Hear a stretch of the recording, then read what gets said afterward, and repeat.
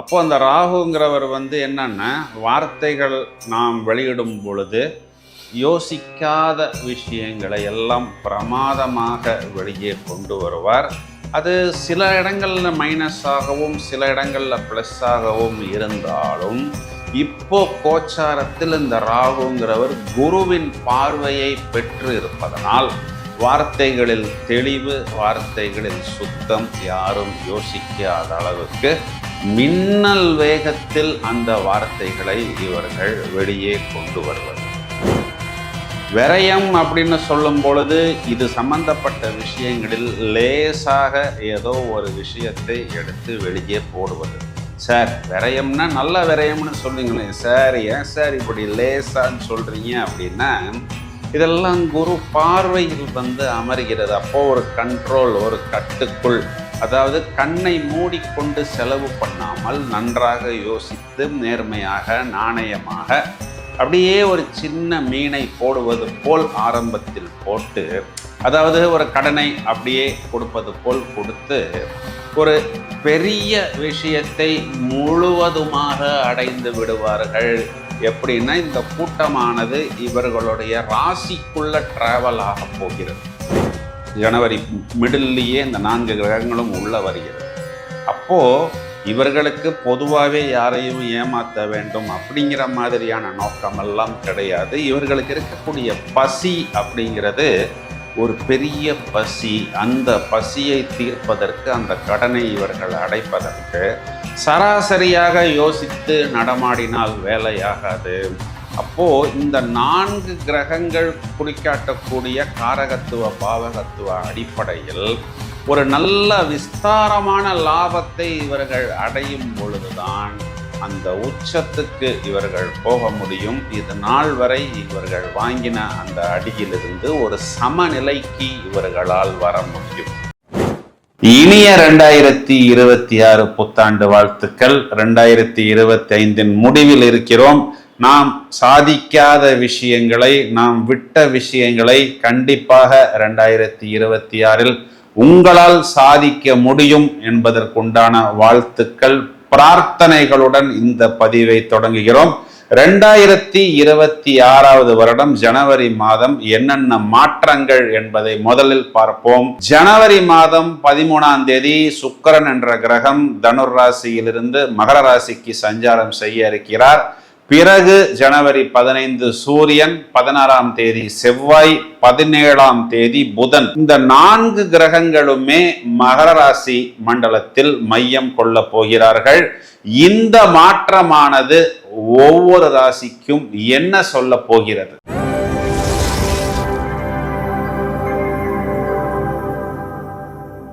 மகர ராசிக்காரர்களை எடுத்துக்கொள்வோம். இப்போ ஏற்கனவே பார்த்தோம்னா, மகர ராசிக்கு ராசியாதிபதி சாட்டர்ன் வெற்றி ஸ்தானத்தில், அதையும் தவிர ராசிக்கு 2ஆம் இடம் வாக்குஸ்தானத்தில் ராகு. அப்போ அந்த ராகுங்கிறவர் என்னன்னா, வார்த்தைகள் நாம் வெளியிடும் பொழுது யோசிக்காத விஷயங்களை எல்லாம் பிரமாதமாக வெளியே கொண்டு வருவார்.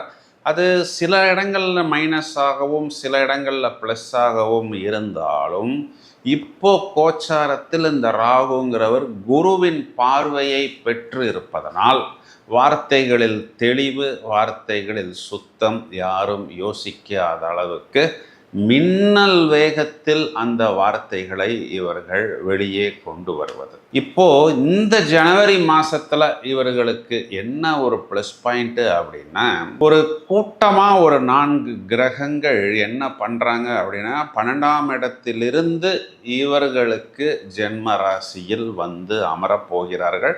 12ஆம் இடம் அப்படிங்கிறது விரயம். அப்போ அந்த விரயம்ங்கிறது எதை குறிக்குதுன்னு பார்த்தோம்னா, தொழில். ஏன்னா 10ஆம் வீட்டுக்கு அதிபதி சுக்கிரன், பாக்கியம் 9ஆம் வீட்டுக்கு அதிபதி புதன், அவர் தான் 6ஆம் வீட்டுக்கும், பிறகு சுக்கிரன் தான் இங்கே 5ஆம் வீட்டுக்கும், சூரியன் அப்படிங்கிறது இங்கே 8ஆம் வீட்டுக்கும் காரகத்துவத்தில் அப்பா, ப்ளஸ் செவ்வாய் இவர்களுடைய வெற்றி, இவர்களுடைய தொழில். இப்போ நம்ம சொன்ன இந்த விஷயங்கள், அதாவது குறிப்பாக கடனாக இருந்தாலும் தொழிலாக இருந்தாலும் இடம் பூமி போன்ற விஷயங்களாக இருந்தாலும், விரயம் அப்படின்னு சொல்லும் பொழுது இது சம்பந்தப்பட்ட விஷயங்களில் லேசாக ஏதோ ஒரு விஷயத்தை எடுத்து வெளியே போடுவது.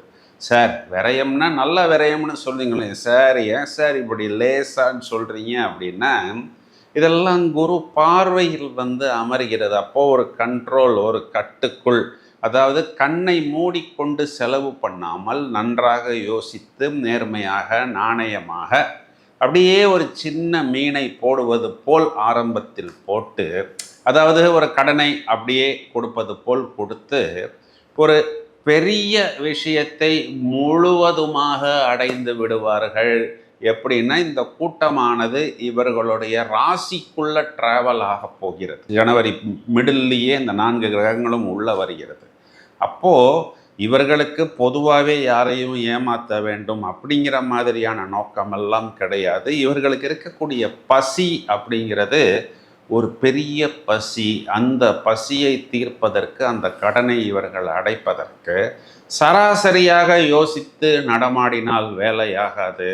அப்போது இந்த 4 கிரகங்கள் குறிக்காட்டக்கூடிய காரகத்துவ பாவகத்துவ அடிப்படையில் ஒரு நல்ல விஸ்தாரமான லாபத்தை இவர்கள் அடையும் பொழுதுதான் அந்த உச்சத்துக்கு இவர்கள் போக முடியும். இது நாள் வரை இவர்கள் வாங்கின அந்த அடியிலிருந்து ஒரு சமநிலைக்கு இவர்களால் வர முடியும்.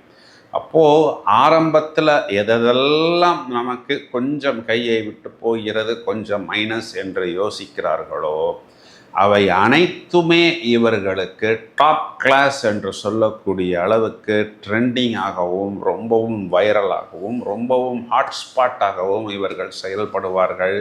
சும்மாவே மகர ராசிக்காரர்கள் இந்த காலகட்டங்களில் ராசியாதிபதி வெற்றி ஸ்தானத்தில், வீரஸ்தானத்தில், பராக்கிரமஸ்தானத்தில் இருக்கும் பொழுது சுறுசுறுப்பாக செயல்படுவார்கள்.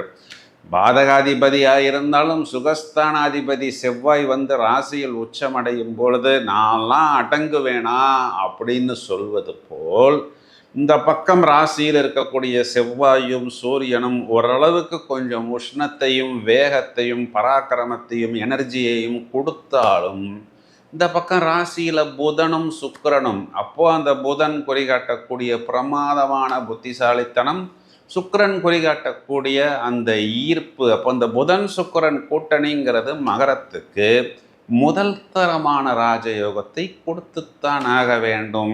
வயதை அனுசரித்து இவர்கள் எதையெல்லாம் அடைய வேண்டும் அப்படின்னு நினைக்கிறார்களோ, அது ஒரு நல்ல ஃபுட்டாக இருக்கலாம், ஒரு வெளிநாட்டு பயணமாக இருக்கலாம், ஒரு நல்ல லக்ஸுரி லைஃப் ஸ்டைலாக இருக்கலாம், சுக்கிரன் குறிகாட்டக்கூடிய காதல், காமம் போன்ற விஷயங்கள்லாம் இந்த நடுவயது இளம் வயது நபர்களுக்கு மட்டுமல்லாமல் வயதில் மூத்த நபர்களுக்கு கூட இந்த மாதிரியான தொடர்புகள் எல்லாம் ஏற்படும் அப்படிங்கிறத நாம் கண்டிப்பாக சொல்ல முடியும். தேவையான நல்ல விஷயங்கள், ஆரோக்கியமான விஷயங்களை மட்டும் நீங்கள் எடுத்துக்கொள்வது.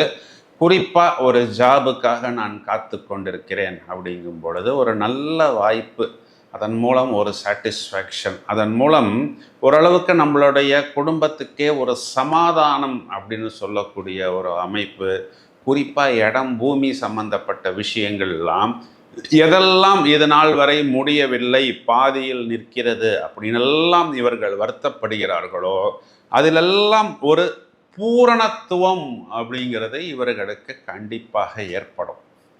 எங்கே கவனமாக இருக்கணும்னா ஒரே ஒரு விஷயம்தான், ராசியில் இருக்கக்கூடிய சூரியன் தன்னுடைய சொந்த நட்சத்திரத்தில் பயணிக்கக்கூடிய காலகட்டங்களில் பொதுவாகவே அரசாங்கம் சம்பந்தப்பட்ட விஷயம், அதாவது ஒரு பில்லு கட்டுவது, டேக்ஸ் கட்டுவது, இல்லைன்னா வந்து எங்கேயாவது போகும் பொழுது குட்ஸ் டிரான்ஸ்போர்ட்டேஷன், அதற்குண்டான ப்ராப்பர் பில்ஸு, சப்போர்ட்டிங் டாக்குமெண்ட்ஸு, ட்ராவலிங்கில் இருக்கும் பொழுது தேவையான ஆவணங்களை கையில் பத்திரமாக வைத்து கொள்வது, இது ஒரு விஷயத்துக்கு மட்டும் கூடுதல் கவனம் எடுத்துக்கொண்டால் போதுமானது.